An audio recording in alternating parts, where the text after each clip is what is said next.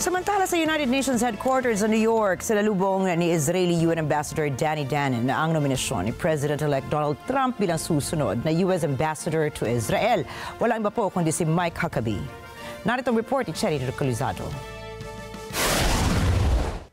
Binati ni Israeli UN Ambassador Danny Danon ang tinawag niyang dear friend na si Mike Huckabee dahil sa nominasyon nito bilang susunod na US Ambassador sa Israel. I want to congratulate my dear friend, Governor Mike Huckabee.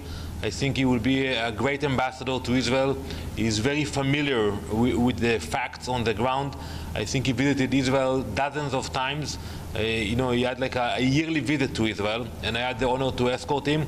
Also, after October 7th, he came, and I took him to visit the sites on Kfar Aza, Be'eri, and other locations where the massacre took place.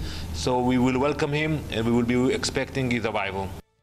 Noong Martes, inanunsyo ni Trump ang nominasyon nito para kay Arkansas Governor Mike Huckabee bilang ambassador to Israel.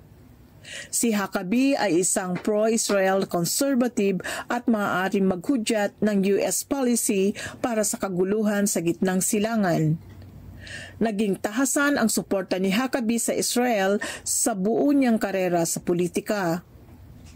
Isa rin siyang tagapagtanggol ng Jewish settlements sa occupied West Bank.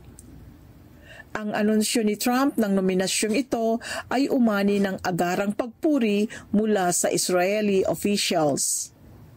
Subalit hindi mula sa Palestinians.